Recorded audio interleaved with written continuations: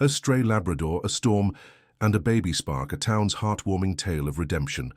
Before we begin, subscribe to Pause Verve. If this story touches you, like and share it with others. The small town of Havenwood, nestled in the rolling hills of northern Wisconsin, had long been a place where time seemed to pause, where the rhythm of life matched the gentle sway of the pine trees lining its quiet streets. But on this late autumn night in November 2025, Havenwood was anything but serene.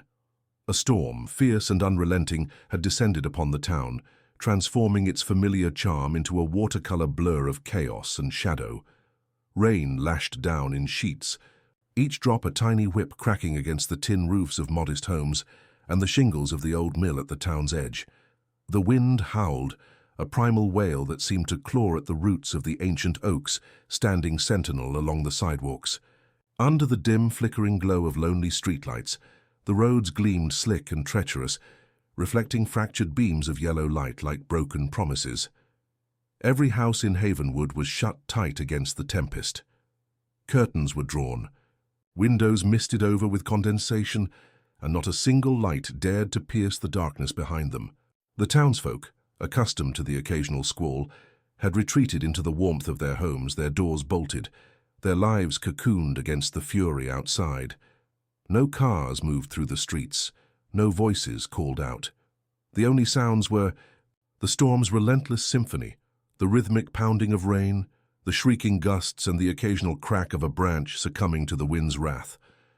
It was as if Havenwood had been swallowed whole by the night, a place where hope felt as distant as the stars hidden behind the churning grey clouds. The storm had begun at dusk, a slow drizzle that quickly escalated into a deluge, and by the time the clock in the town square's steeple neared midnight, it showed no signs of mercy. The Chippewa River, which wound lazily through Havenwood's outskirts, swelled dangerously, its muddy waters lapping at the edges of the low bridge that connected the town to the highway beyond. In the fields behind the abandoned mill, once a hub of industry, but now a skeleton of rusted beams and broken windows, puddles merged into shallow lakes, their surfaces rippling violently under the rain's assault. Weeds and wild grasses, battered by the wind, bent low as if in surrender. It was a night that seemed to demand solitude, a night that warned all living things to seek shelter or be lost to its wrath. Yet in the midst of this desolate chaos, something stirred. Not a car, not a person, but a presence. Quiet, deliberate, and impossibly alive against the odds.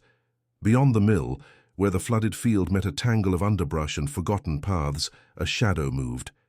It was no trick of the storm, no fleeting illusion born of rain and wind.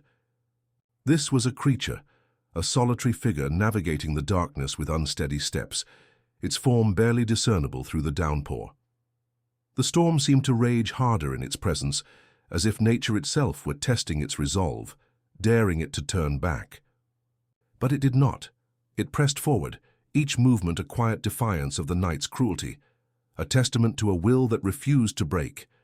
This was Havenwood on that stormy night, a town cloaked in shadow, battered by a tempest that seemed to wash away all traces of warmth and light. But it was also the stage for a story yet to unfold, one that would begin in the heart of the storm, where the smallest spark of life could ignite a flame of hope no darkness could extinguish. The rain fell, the wind screamed, and somewhere in the flooded field a journey was about to begin, a journey that would prove that even in the fiercest storms, love and loyalty could carve a path to miracles. In the flooded field behind Havenwood's derelict mill, where the storm's wrath churned the earth into a quagmire of mud and despair, the shadowy figure pressed on. Each step sank deep into the waterlogged ground, the thick slosh of mud clinging to its belly like a cruel weight. It was a Labrador Retriever, once a creature of warmth and vigor, now reduced to a skeletal frame draped in a sodden golden coat that hung in clumps, matted with filth and rotting leaves. His name, if anyone still cared to speak it, was Rusty, a name that once echoed through sunny parks and cozy backyards, paired with laughter and the thwack of a frisbee. But those days were gone, dissolved into the relentless rain that now pelted his shivering body. No collar encircled his neck, no tag jingled with a promise of home. Rusty was astray, a ghost in the storm, his only companions hunger and the biting cold. His hips jutted sharply beneath his thin skin, and his ribs were a grim tally of weeks, perhaps months, spent scavenging for survival. The golden fur that had once gleamed under summer suns was now a patchwork of grime streaked with the dark stains of a world that had turned its back on him. His eyes, once bright with the eager spark of a Labrador's boundless joy, were dulled by exhaustion, their amber glow flickering like a candle in a gale. Yet even in their weariness, those eyes held something unbreakable, a quiet defiance, a refusal to surrender to the storm's cruelty. With every labored step, Rusty's legs trembled, his paws sinking into the muck, but he moved forward, driven by a force deeper than fear or despair. The wind sliced across his frame like 1,000 tiny blades, and the rain stung his face, blurring his vision. He staggered through the field, his breath coming in shallow, ragged puffs that misted in the frigid air. Memories, faint and fragmented, flickered in his mind, like old photographs scattered by the wind. A child's giggle as she tossed a stick into a shimmering lake, the warm press of a hand scratching behind his ears, a voice soft and full of love calling Rusty come across a green lawn. Those moments were distant now, almost dreamlike, but they were all he had left, tiny embers of warmth in a heart that refused to grow cold. They were what kept him moving, what stopped him from curling up in the mud and letting the storm claim. Rusty's journey through the field was not aimless. He was searching as he had every night since the world had cast him out. Shelter, food, a dry corner to rest, these were the faint hopes that guided him. He neared the mill's crumbling wall, where a pile of discarded crates and a toppled dumpster offered a slim chance of refuge. His nose, wet and trembling, twitched as he sniffed the air, seeking the faintest hint of something edible. A moldy crust, a scraps of meat, anything to quiet the gnawing ache in his belly. But the storm had washed away such mercies, leaving only the acrid scent of rust and decay. Rusty lowered his head, his ears drooping, and nosed through the debris, careful to avoid the jagged edges of broken glass glinting in the mud. How long had he been wandering? A week? A month? Had he endured an entire winter, or was this endless night the sum of his existence? Time held no meaning for a stray. Days blurred into nights, each one a battle to survive until the next. Rusty couldn't count the moments, couldn't measure the distance between the life he'd lost and the one he now endured. All he knew was the cold, the hunger, and the storm that seemed to mock his every step. Yet beneath the weight of his suffering, something stirred, a memory, a feeling, a stubborn spark that refused to be extinguished. It was the echo of a child's laughter, the ghost of a gentle touch, the promise ascendancy system. The storm raged on, indifferent to Rusty's plight, but he was not a creature of despair. He was a survivor, forged in the crucible of abandonment, and though his body was frail, his spirit was not. Rusty lifted his head, his eyes scanning the darkness, and took another step. The rain fell harder, the wind roared, but he pressed on, a lone figure in a world that had forgotten him, carrying within him a heart that still beat with the quiet promise of hope. The storm's ferocity seemed to swell with every step Rusty took, as if Havenwood's tempest had singled him out, a lone Labrador Retriever, daring to defy its dominion. The field behind the old mill was a battlefield of mud and debris, each puddle a trap that sucked at his paws, each gust of wind a blow that threatened to topple his frail frame. Rusty's golden coat, now a sodden shroud, clung to his skeletal body, offering no warmth against the piercing cold. His breath came in shallow, labored gasps, each one a small victory against the elements that sought to claim him. Hunger gnawed at his insides, a relentless beast that twisted his stomach and sent dizzying waves through his head. Yet Rusty pressed on, his amber eyes narrowed against the stinging rain, searching for anything, a scrap of food, a corner of shelter, that might grant him another day. He reached the edge of the mill's shadow, where a toppled dumpster lay. Like a fallen giant, its contents spilled across the ground in a chaotic heap. Rusty's nose twitched, catching faint traces of rot and rust, but nothing edible. He pawed at a pile of soggy cardboard, his movements slow and deliberate, wary of the broken bottles and twisted metal lurking beneath. A plastic bag caught on his leg, flapping wildly in the wind, and he shook it off with a low, weary huff. The dumpster's overturned lid offered a sliver of protection from the rain, and Rusty crawled beneath it, his body scraping against the cold, wet ground. For a moment he rested, his chest heaving, his eyes half closed as the storm's roar dulled to a distant hum. But rest was a luxury he couldn't afford. The hunger was too sharp, the cold too deep, and the memories, those stubborn, flickering embers of a life once filled with love, urged him to keep moving. Rusty dragged himself out from under the dumpster, his legs trembling under the weight of his own body. The wind slammed into him, nearly knocking him sideways, and he lowered his head, bracing against it like a sailor in a squall. He turned toward a narrow alley between the mill and a row of abandoned sheds, where the ground was slightly firmer, though still slick with mud. His paws slipped, leaving smears of blood where thorns and sharp stones had torn at them, but Rusty didn't falter. He couldn't. To stop was to surrender, and surrender was a word his heart didn't know. Somewhere in the recesses of his mind, a voice called, a child's voice, high and clear, shouting, "Rusty, fetch!" as a red ball sailed through the air. It was a memory so vivid it felt like a lifeline, pulling him forward through the darkness. In the alley, Rusty sniffed at a pile of discarded crates, their wood splintered and soaked. He nosed through the gaps, hoping for a forgotten morsel, a crust of bread, a bone, anything to silence the hunger that clawed at him. But there was nothing, only the bitter scent of mold and decay. His stomach groaned, a low plaintive sound that mingled with the storm's wail. He stood for a moment, swaying slightly, his eyes scanning the shadows. The sheds loomed like silent sentinels, their broken windows staring down at him like empty eyes. Beyond them, the field stretched toward a wooded area near the highway, a place where the storm's fury was tempered by the dense canopy of pines. Shelter, Rusty thought, or perhaps his instincts thought for him. If he could reach the trees, he might find a hollow trunk, a dry patch of earth, a place to wait out the night. He took a step, then another, his body protesting with every movement. The rain ran in rivulets down his face, pooling in the hollows of his eyes, but he blinked it away, his gaze fixed on the distant tree line. The wind howled, carrying with it the faint clatter of loose metal from the mill, a reminder of the world's indifference. Rusty's ears twitched, but he didn't turn back. He couldn't afford to.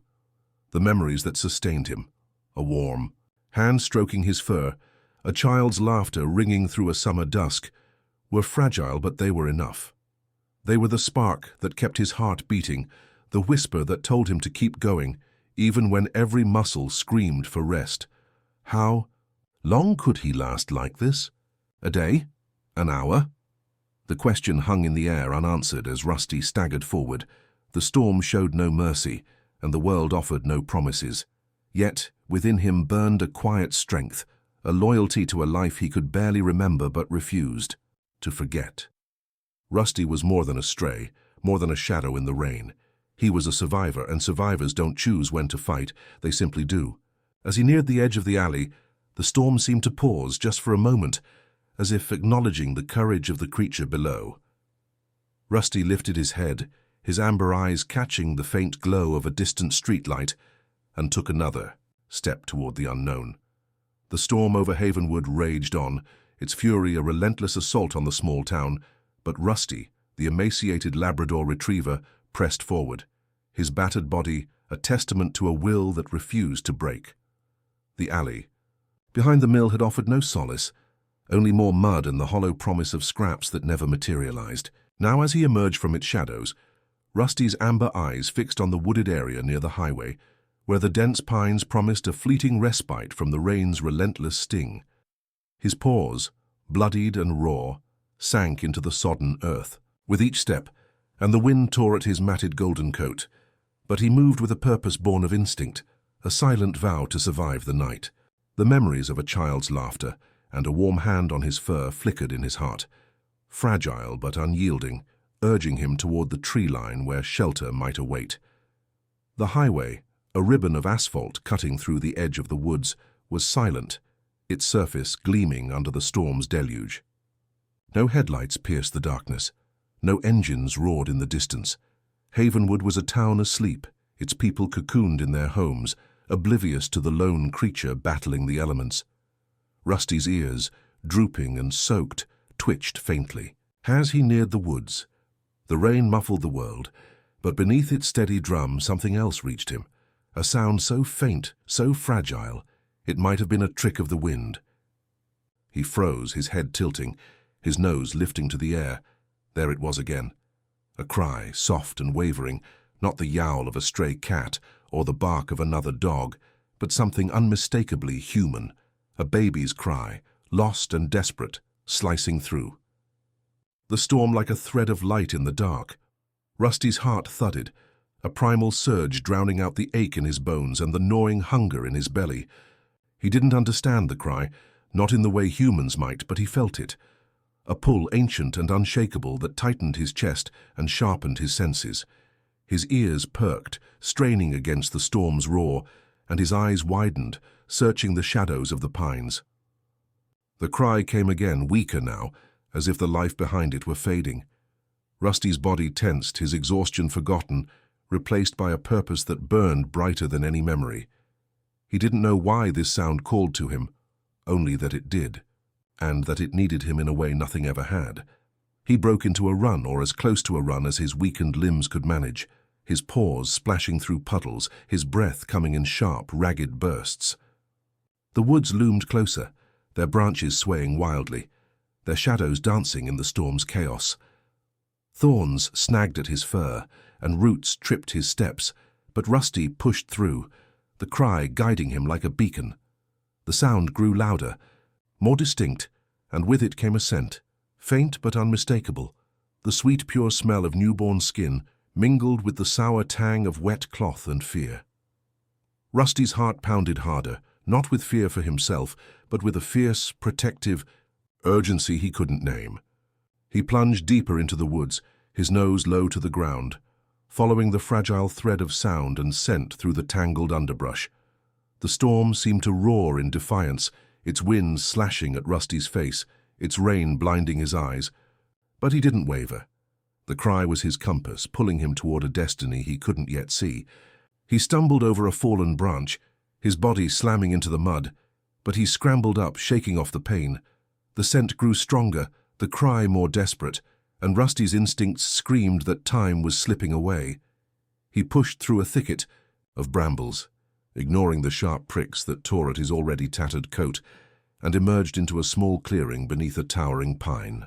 There, half buried in a pile of soggy leaves and mud, was the source of the cry. A battered cardboard box, its edges softened by the rain, its contents trembling with the faintest spark of life.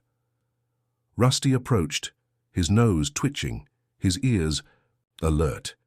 The cry was softer now, almost a whimper, and it pierced his heart like nothing he'd ever known.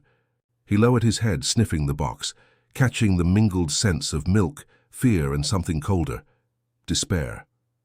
The storm raged around him, but in that moment, Rusty stood still, his amber eyes locked on the box, his body taut with purpose. Whatever lay inside was alone, just as he was, but unlike him, it couldn't fight.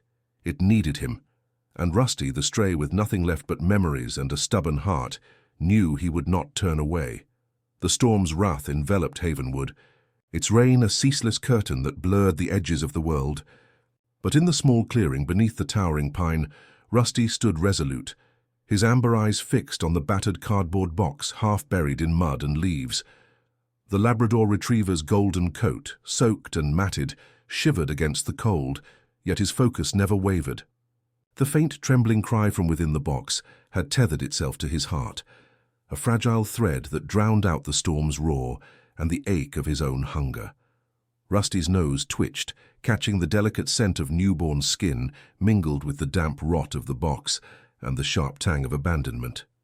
He stepped closer, his bloodied paws sinking into the earth, his ears perked for the weakening whimpers that seemed to plead for someone, anyone, to listen. The box was a pitiful thing, its once sturdy form softened by the relentless rain, its corners sagging like the shoulders of a defeated soul. Mud caked its sides, and a tangle of soggy leaves clung to its surface, as if the forest itself had tried to claim it.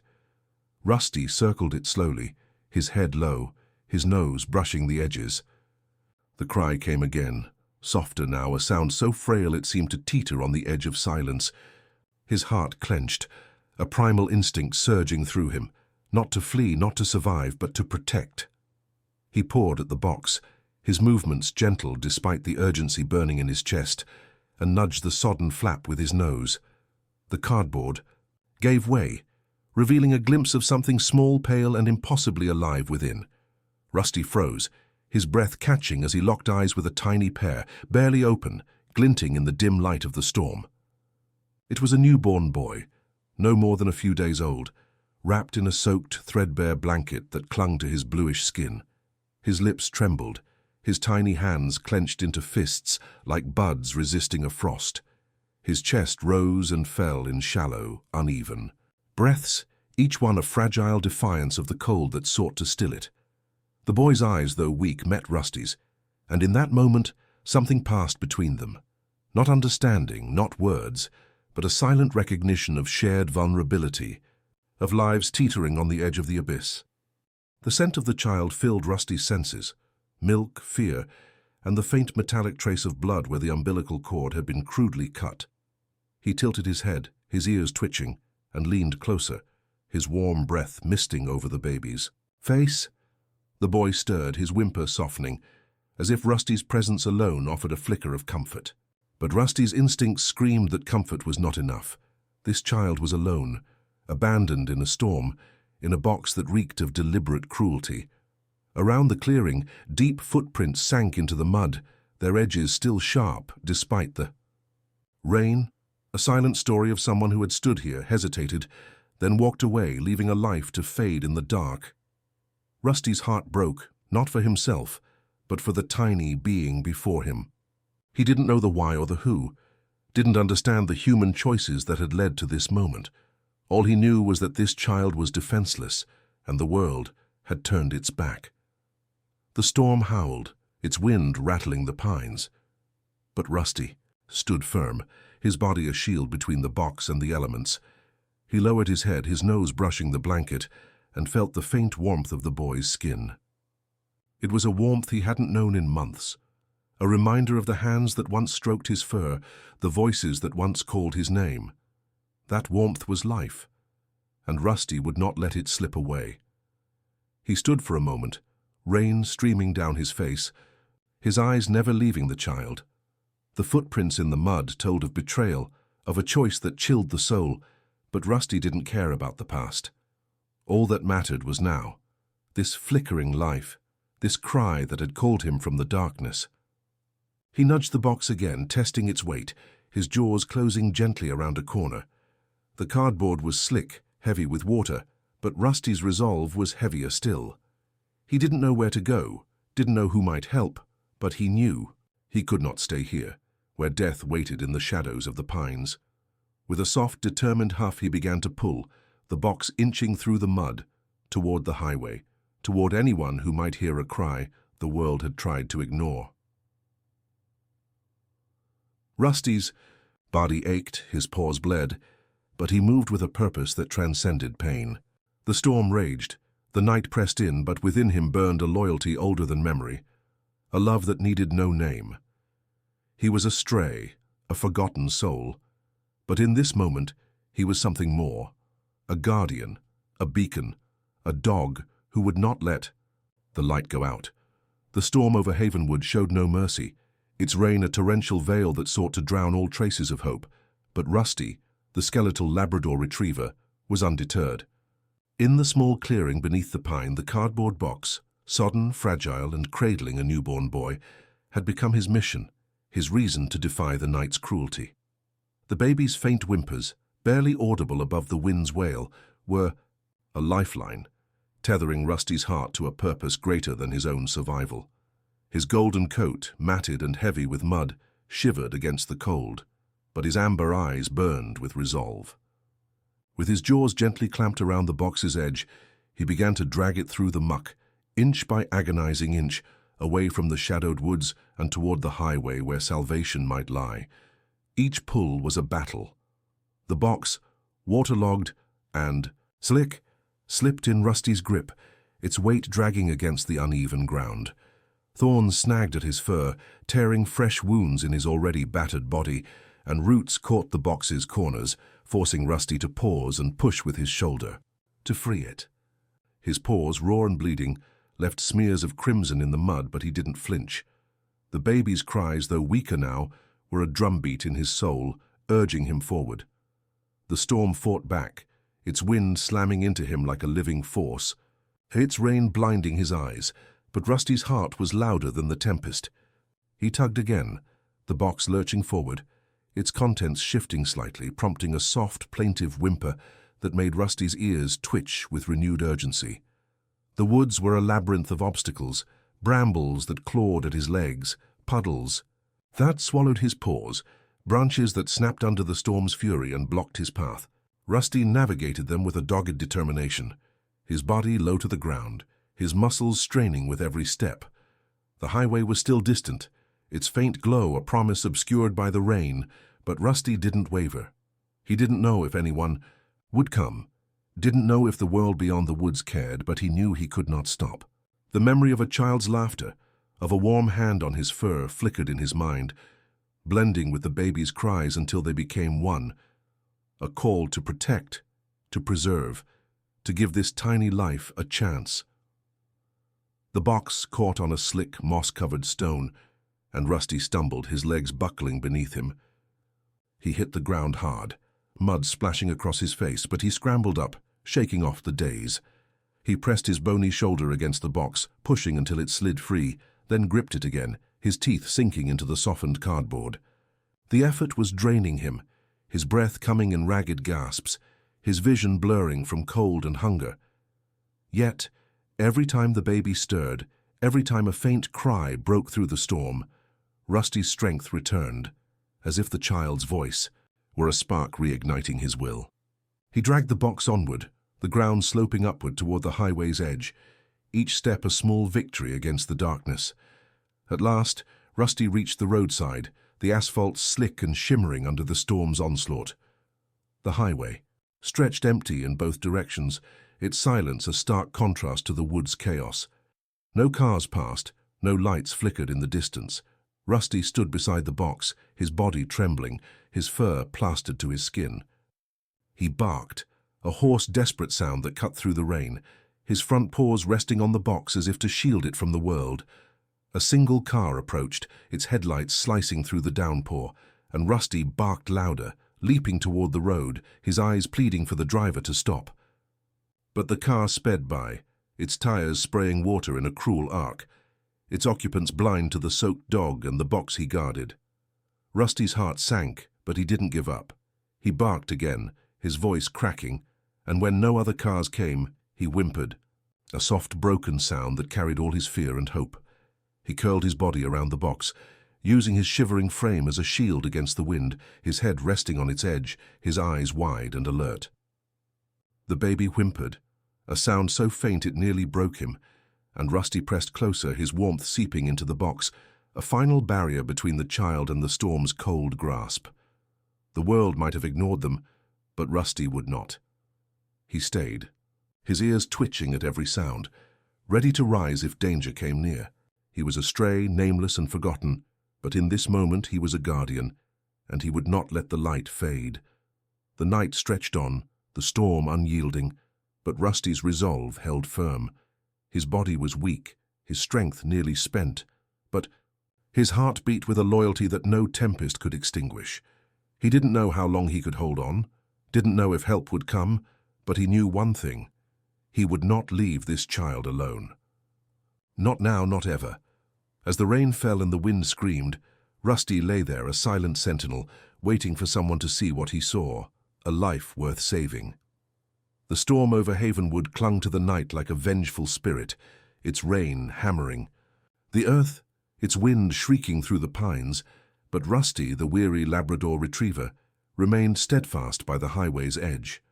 Curled around the battered cardboard box, his golden coat soaked and shivering, he shielded the newborn boy, inside from the relentless cold. The baby's whimpers had grown faint, each one a fragile thread that tethered Rusty's heart to his vigil. His amber eyes, dulled by hunger and exhaustion, stayed open, scanning the empty road for any sign of hope. His barks, once desperate and sharp, had faded to raspy whimpers. Unanswered by the few cars that had sped past, their drivers dismissing him as a filthy stray. Yet Rusty didn't move, his body a trembling bulwark against the storm, his warmth the only comfort the child had in a world that seemed to have forgotten them both. The highway stretched silent under the flickering streetlights, its slick surface reflecting the storm's chaos. Rusty's breath misted in the frigid air, his head resting on the box's edge, his ears twitching at every gust of wind. The baby stirred, a soft cry breaking the silence, and Rusty nudged the blanket closer, his nose brushing the child's cold cheek. The act was instinct, a quiet promise to stay no matter how the night unfolded. His own strength was ebbing, his legs aching from the effort of dragging the box through the woods, his paws bleeding from thorns and stones. But surrender was not in Rusty's nature. He was a survivor, forged in the crucible of abandonment, and now a guardian, bound by a loyalty that transcended his own suffering. As the first grey hints of dawn crept through the storm's heavy clouds, a figure appeared on the horizon, moving slowly along the roadside. Ellen Harper, a widowed schoolteacher in her early 60s, clutched an umbrella that did little against the rain's diagonal assault. Her sturdy boots splashed through puddles, her scarf flapping wildly as she made her daily trek to the Havenwood cafe where she worked part-time to supplement her pension. Ellen was a woman of routine, her life a quiet tapestry of grading papers, tending her garden and sipping tea by her fireplace. But this morning something disrupted her rhythm, a faint, persistent sound, not the storm's wail but something alive, urgent and out of place. She squinted through the mist, her eyes catching a dark shape by the road's shoulder. At first she thought it was debris, a pile of trash washed up by the storm. But then she heard it again, a hoarse, pleading bark, followed by a low whimper. Helen's steps quickened, her heart tightening with a mix of curiosity and dread. As she drew closer, the shape resolved into a dog, a gaunt Labrador Retriever, his fur plastered to his skeletal frame, curled protectively around a small, mud-caked box. The dog's eyes met hers, amber and exhausted, but burning with a plea. That stopped her in her tracks. He barked again, weaker now, his front paws nudging the box as if to say, "Look here, help!" Ellen knelt, her umbrella tilting in the wind, and peered into the box. Her breath caught, her hand flying to her mouth. Nestled in a soaked blanket was a baby, his tiny face pale, his lips bluish from cold, his eyes fluttered, his chest rising, in shallow, uneven breaths. "Oh, dear God," Ellen whispered, her voice trembling. She reached out, her fingers brushing the child's cheek, feeling the faint warmth that clung to him. The dog, Rusty, watched her every move, his body tense, his gaze unwavering. Ellen's heart raced, her mind reeling at the impossibility of the scene. A newborn abandoned in a storm, guarded by a stray who looked half dead himself. Without hesitation, Ellen dropped her umbrella and fumbled for her phone, her hands shaking. As she dialed 911, "Please, it's an emergency," she said, her voice cracking. "There's a baby by the highway and a box and a dog. He's been protecting him. They're both alive, but barely. Hurry." The dispatcher's calm instructions anchored her, and Ellen stayed close, shielding the box with her body as the rain pelted her back. She looked at Rusty, who hadn't moved, his eyes still fixed on the child. "You brave, brave soul," she murmured, her voice thick with awe. "You kept him alive all night, didn't you?" Rusty's ears twitched at her words, and he let out a soft, rasping sound, not a bark but a plea, as if entrusting the baby to her care.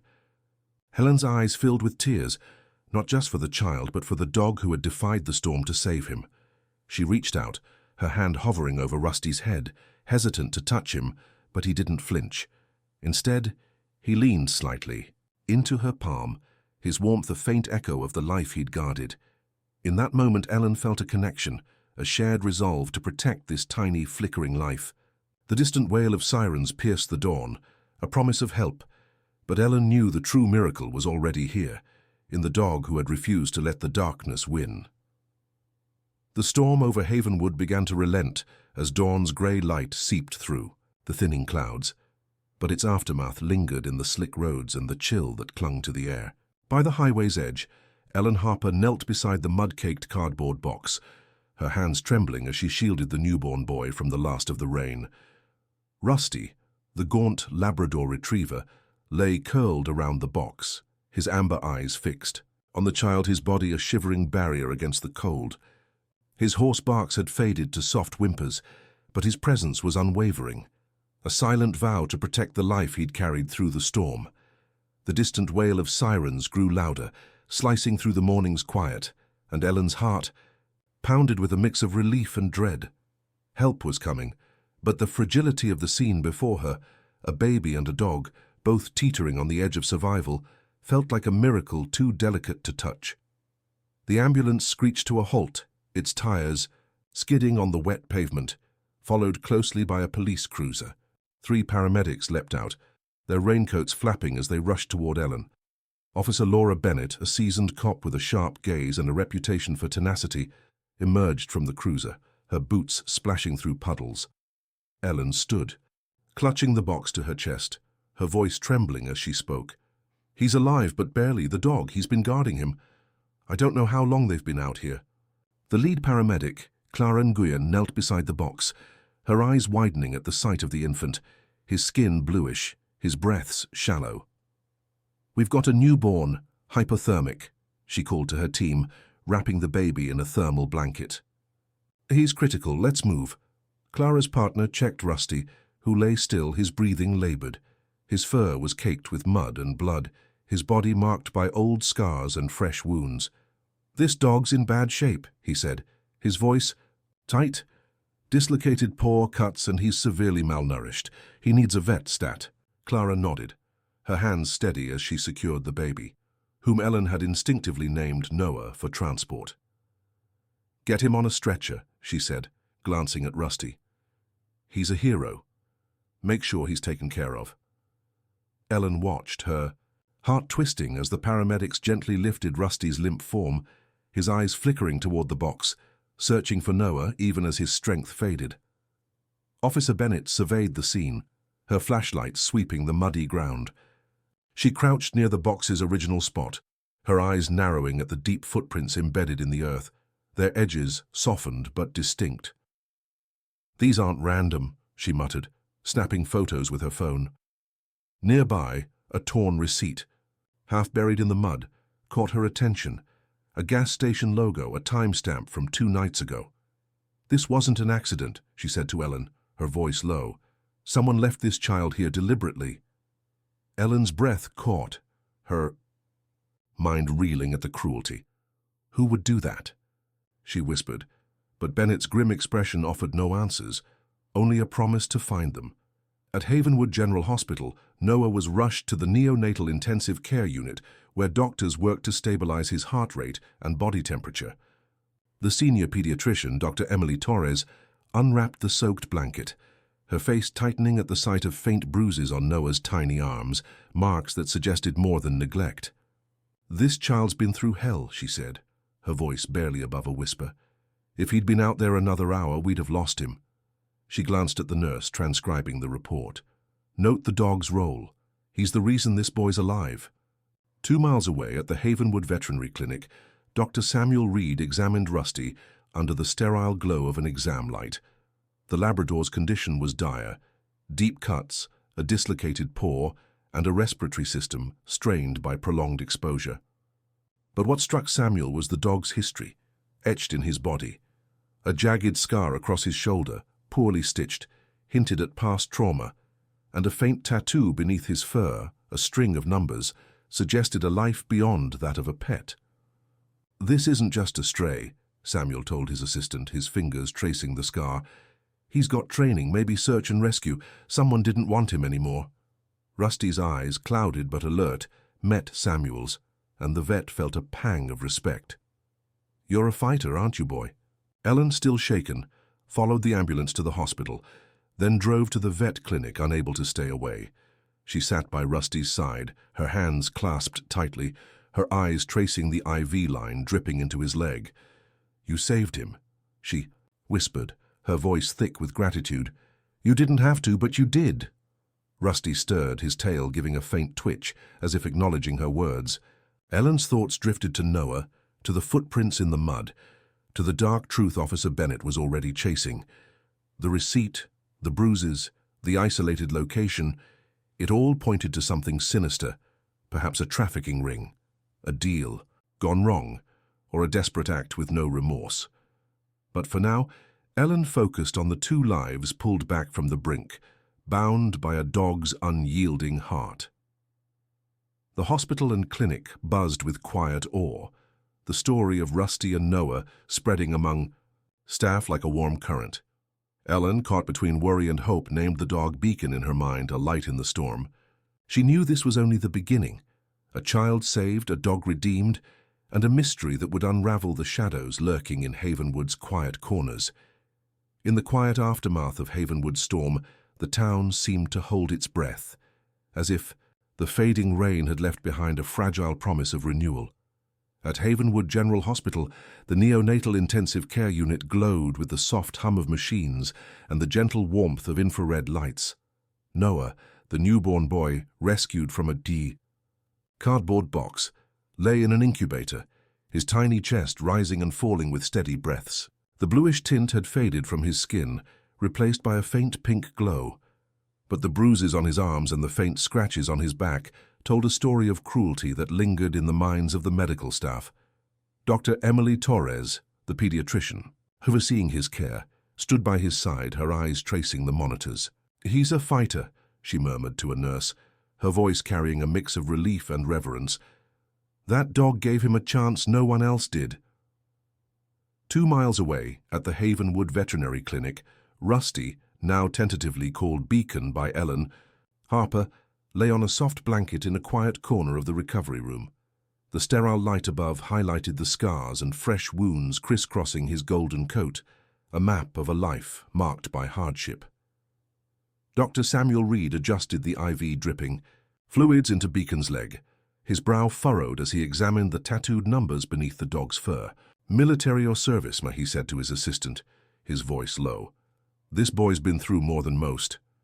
Beacon's eyes, though clouded with exhaustion, flickered with awareness, following Samuel's movements with a quiet trust. His dislocated paw was splintered, his cuts cleaned, but his body was still a fragile shell teetering on the edge of recovery or collapse. Ellen Harper moved between the hospital and the clinic, her heart tethered to both Noah and Beacon. At the hospital, she sat by Noah's incubator, her fingers pressed against the glass, whispering soft words she hoped he could hear. "You're safe now, little one," she said, her voice trembling with a maternal ache she hadn't felt in years. At the clinic, she knelt beside Beacon, stroking his head gently, marveling at the strength in his stillness. "You're my hero," she told him, her eyes brimming with tears. "You carried him through the storm." Beacon's tail gave a weak thump, and Ellen smiled, feeling a bond forming, a thread of love weaving her to these 2 souls who had found each other in the dark. The medical teams worked tirelessly. At the hospital, Noah's temperature stabilized, and his heart rate grew stronger, but Dr. Torres noted the need for long-term monitoring. "Those bruises aren't from the storm," she told a social worker, her tone grim. "We're dealing with abuse, maybe worse."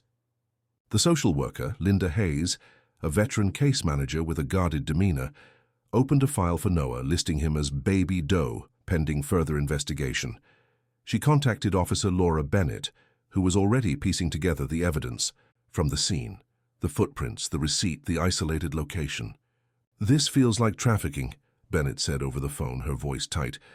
"We're running the receipt through forensics. It's a lead." At the vet clinic, Samuel discovered more about Beacon's past.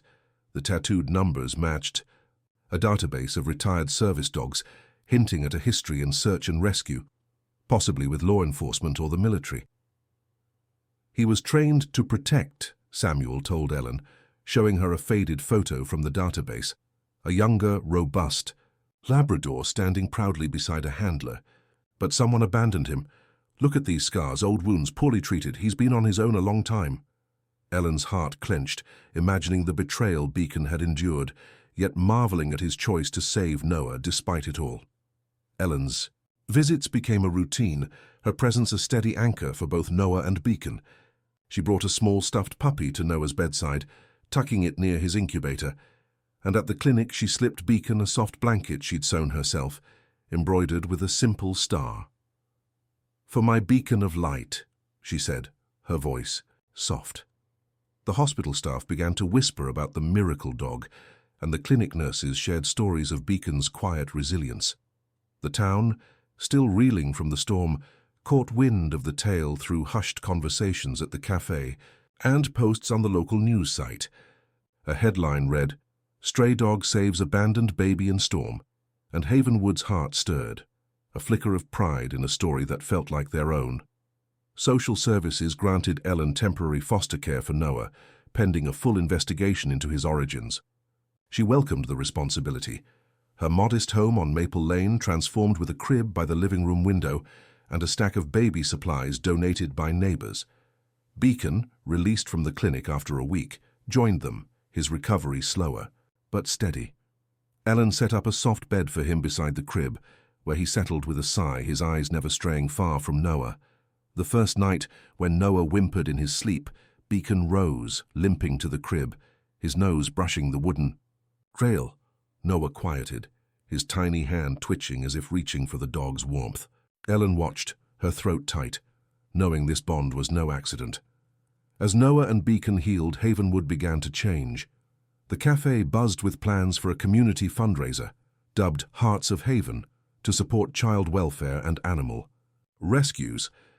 Ellen, though overwhelmed, felt a quiet hope, but Officer Bennett's investigation loomed, the receipt tracing back to a gas station tied to a known trafficking route.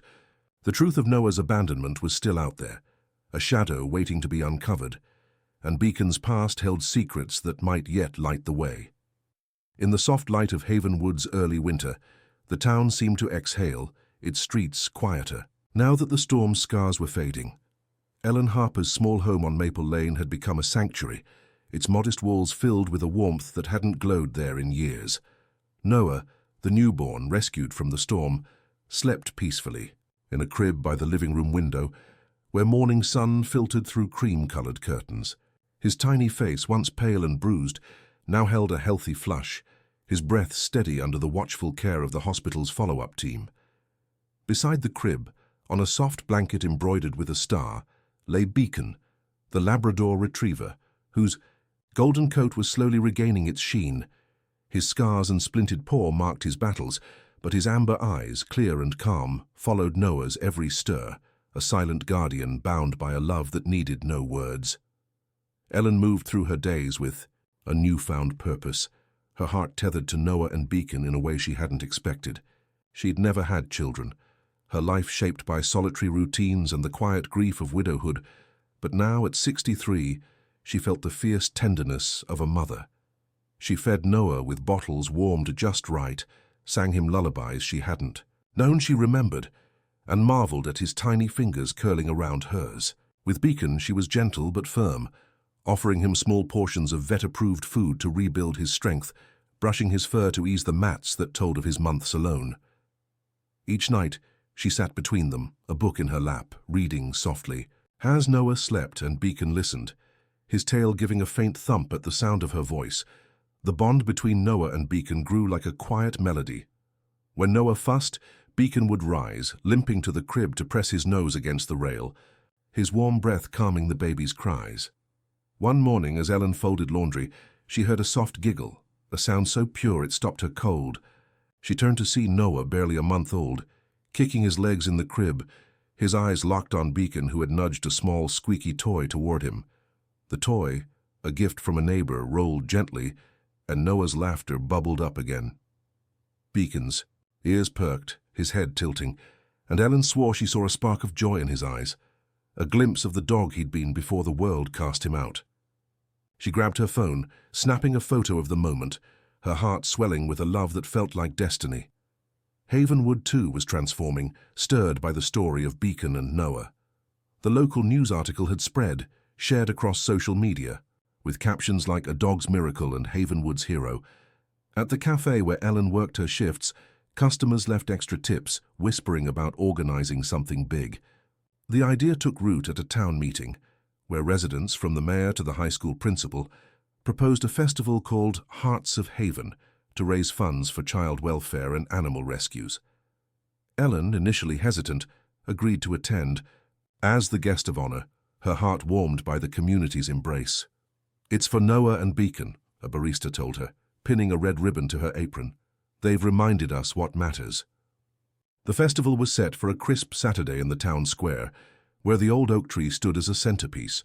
Booths lined the paths, offering homemade pies, knitted scarves, and dog treats, all donated by locals. Children ran through the grass, their faces painted with stars and hearts, while a local band played gentle folk tunes. A banner stretched across the square, reading "Hearts of Haven for Noah and Beacon," its red letters bold against the winter sky. Helen arrived with Noah in a stroller, his tiny knit hat peeking out from a blanket, and Beacon walking slowly beside her, a red vest embroidered with "Miracle Dog" snug over his healing frame. The crowd parted, their applause soft but heartfelt, and Ellen felt tears prick her eyes as she waved, her voice lost in gratitude. Beacon, though still weak, stood tall, his eyes scanning the crowd with a quiet vigilance. When a toddler approached offering a biscuit, Beacon lowered his head, accepting it gently, prompting gasps and smiles. Noah, in his stroller, reached out, his tiny hand brushing Beacon's ear, and the crowd fell silent, capturing the moment in photos that would later flood the town's social media. The mayor took the stage, his voice thick with emotion. "This dog, this child, they've shown us that love doesn't need a name or a home. It just needs a heart that chooses to stay." He announced the festival's proceeds would fund a new shelter for abused animals and a support program for foster children named Noah's Light. Ellen, holding Noah close, felt Beacon lean against her leg, his warmth a steady anchor. The town's response was a testament to the ripple effect of one dog's courage, but she knew the story wasn't over. Officer Laura Bennett, who attended the festival in uniform, shared a quiet update with Ellen. The receipt from the scene had traced to a gas station linked to a suspected trafficking network, and the footprints suggested a deliberate act, not a panicked one. Beacon's past, tied to a service dog registry, hinted at a handler who might connect to the case. As the festival glowed with hope, a shadow lingered, and Ellen sensed that Beacon's vigilance was far from finished. The Hearts of Haven festival bathed Havenwood in a glow of unity, its red banners and joyful laughter, a stark contrast to the storm that had birthed Noah and Beacon's story. Ellen Harper stood near the town square's oak tree, Noah nestled in his stroller, his tiny hand clutching a soft toy, while Beacon, the Labrador Retriever now known as the town's hero, lay beside them, his red Miracle Dog vest catching the winter sun. The festival's success, thousands raised for foster children and animal rescues, had ignited a spark in Havenwood, a reminder of what love and loyalty could achieve. But beneath the celebration, a darker current ran, one that Officer Laura Bennett and her team were quietly chasing, and it was about to pull Beacon and Noah back into the heart of a mystery that refused to stay buried. Ellen felt the weight of that shadow as she watched the crowd, her heart warmed by their support, but uneasy with the knowledge Bennett had shared. The receipt found near the cardboard box traced to a gas station on a known trafficking route, and the footprints in the mud, size 11 military-issue boots, suggested a calculated act of abandonment. Beacon's past, uncovered through the tattooed numbers on his neck, added another layer. Dr. Samuel Reed had confirmed the numbers matched a retired search and rescue dog named Rusty, once partnered with a handler named Ethan Cole, who vanished after a failed operation 3 years ago. The coincidence was too stark, and Bennett's gut told her Ethan Cole was more than a ghost from Beacon's past. He was a key to Noah's. At the festival's peak, as children tossed balls for rescue dogs in a play area, and the mayor announced the creation of Noah's Light, Beacon stirred. His ears perked, his amber eyes sharpening as he lifted his head, sniffing the air. Ellen, adjusting Noah's blanket, noticed the shift, her hand pausing. "What is it, boy?" she whispered, following his gaze. Across the square, near a booth selling handmade scarves, a man stood apart, his lean frame cloaked in a dark jacket, a low-brimmed cap shading his eyes. He moved with a deliberate slowness, his hands slipping into his coat, and Beacon's body tensed, a low growl rumbling in his throat. Ellen's heart skipped, a chill running through her. She'd seen that posture before, in the way Beacon had stood guard over Noah in the storm. Before Ellen could react, Beacon leapt to his feet, his splintered paw forgotten, and charged through the crowd. Gasps rippled as he weaved between legs, his growl growing sharper, his focus locked on the man. The stranger, Ethan Cole, froze, his hand emerging with a glint of metal, a small handgun. But Beacon was faster. With a powerful lunge, he slammed into Ethan's chest, knocking him to the ground, his jaws clamping onto the wrist holding the weapon. The gun skidded across the grass, and Ethan howled, his cap falling to reveal a face twisted with rage and recognition.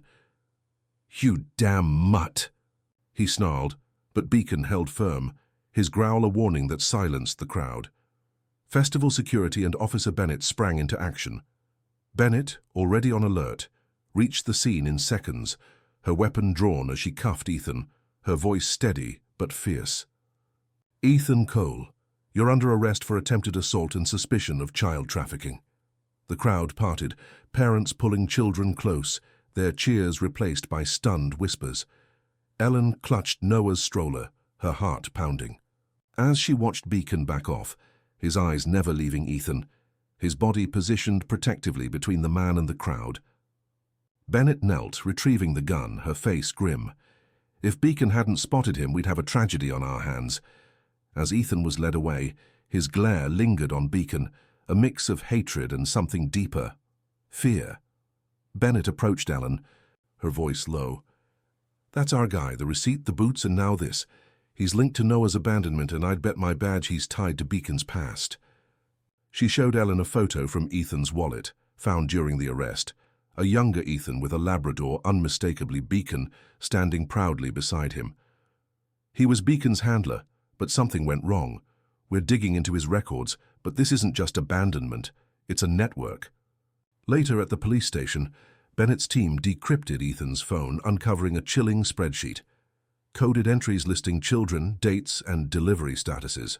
One line read, NM, male, 3 days, 3.1 kilo, discarded, unviable. Forest Edge, no recovery expected. Noah. The note confirmed he was meant to disappear, a failed transaction in a trafficking ring, left to die in the woods. But Ethan hadn't counted on Beacon, the dog he'd abandoned after a botched operation, the dog who'd survived to thwart his plans. Bennett's investigation expanded, linking Ethan to a larger network, with his vanished status after the operation suggesting he'd gone rogue, using his skills to traffic children. Ellen, sitting in her quiet home that night, held Noah close, his soft breaths a comfort against the weight of the truth. Beacon lay beside the crib, his eyes half closed but alert, as if sensing the danger wasn't fully gone. Ellen stroked his head, whispering, "You knew him, didn't you? And you stopped him again." The photo from the festival of Beacon, leaping to protect, Noah safe in his stroller, spread online, cementing his legend. Havenwood rallied, their festival funds now fueling a task force to dismantle the trafficking ring, but Ellen knew the real victory was the bond before her, a child and a dog, saved by each other, rewriting a story meant to end in darkness. The winter sun rose over Havenwood, casting a golden glow across the town that had been forever changed by a storm, a dog, and a child. Ellen Harper's home on Maple Lane was a haven of quiet love, its walls adorned with photos of Noah and Beacon, their first moments together, their laughter at the festival, and the now iconic image of Beacon's leap to stop Ethan Cole. Noah, now a bright-eyed toddler of 3, toddled through the living room, his curls bouncing as he clutched a picture book about a brave dog. Beside him, Beacon, his golden coat silvered with age, moved slowly, his splintered paw long-heeled, but his steps careful. His amber eyes, though dimmed by time, still followed Noah with unwavering devotion, a guardian whose heart never tired. Ellen, her silver hair tied back, watched them from the kitchen, her hands busy sewing red bandanas for the shelter dogs she now helped rehome. Adoption papers, finalized months after the festival, had made Noah legally hers, his name officially Noah James Harper, a nod to the family they'd built from the ashes of abandonment. Beacon, registered as a certified therapy dog by the Indiana Veterinary Board, wore a collar engraved with Beacon of Hope, a title earned through his actions and sealed by a state medal of bravery. The ceremony, held under Havenwood's great oak, had drawn tears and applause, with Noah, then barely 2, shouting, "My doggy," as the mayor pinned a star-shaped medal to Beacon's vest. The truth of Noah's origins had unfolded in the months following Ethan Cole's arrest. A DNA test ordered by Officer Laura Bennett matched Noah to a missing child report from a Missouri hospital where he'd been stolen days after birth. His biological mother, Sarah Mitchell, a young teacher, who'd never stopped searching, arrived in Havenwood with a heart full of gratitude and grief. In a tearful meeting at Ellen's home, Sarah chose to let Noah stay, signing guardianship to Ellen with a note. "You and Beacon are his home. I love him enough to let him shine there." Sarah remained a part of Noah's life, visiting with stories and photos, a thread of love that wove them all together. Beacon's past, too, came into focus. Ethan Cole, his former handler, had been part of a corrupt search and rescue unit, abandoning Beacon after a failed mission to cover his tracks in a trafficking scheme.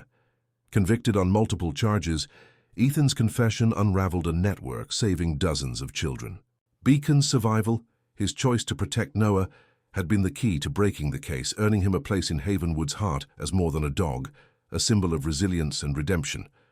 Ellen, inspired by their journey, founded the Noah and Beacon Foundation, a non-profit dedicated to rescuing abandoned children and rehabilitating abused animals, especially former service dogs.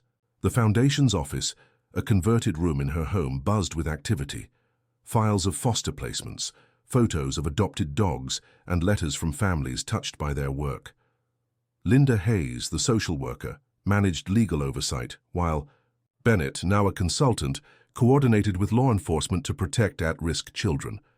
The Foundation's first gala, held in the town square, saw Noah in a tiny red vest hand out bandanas to rescue pups, while Beacon rested under the oak, his presence a quiet blessing. Havenwood itself had transformed. The Hearts of Haven Festival became an annual event, its proceeds funding Noah's Light and Beacon's Way, programs for foster care and animal welfare. The town square's oak bore a bronze plaque, "To Beacon, who taught us that love stays." Children drew pictures of him in school, and the local paper ran a column, "Beacon's Legacy," sharing stories of rescued lives. The community, once quiet and reserved, now greeted each other with warmth, their hearts opened by a dog who'd chosen to stay. As years passed, Beacon's strength waned. On a crisp autumn evening, under the oak where he'd been honored, he lay beside Noah, now 5, who read aloud from his book, "The Brave Dog Beacon." The younger rescue dogs played nearby, but none crossed the tree's shade, sensing a sacred moment. Noah's voice was clear, his words a lullaby. "Beacon saved me in the rain, and he never left." Beacon's eyes closed, his breath slowing, and with a final gentle sigh he slipped away, his head resting on Noah's lap. Ellen, watching from the porch, held back tears, knowing this wasn't an end, but a transformation. The town gathered for a memorial, Beacon's journey under the oak. No speeches, just stories of Beacon's leap, his quiet nights by Noah's crib, his unwavering love. A small statue, Beacon lying with eyes forward, was placed beneath the tree, inscribed, "He stayed when the world walked away." Noah, clutching a sunflower, whispered, "I'll be brave like you," and began telling Beacon's story to other children at the foundation, his voice a spark keeping the flame alive. The Noah and Beacon Foundation grew, its reach extending beyond Havenwood, saving lives with every red bandana and foster placement. Ellen, Noah, and the town carried Beacon's legacy, not in bronze, but in every act of kindness, every choice to stay. As Noah grew, he'd sit under the oak, reading to the rescue pups, his heart echoing the dog who'd saved him. Havenwood, once a quiet dot on the map, became a beacon of hope, proof that love from the humblest soul could change the world.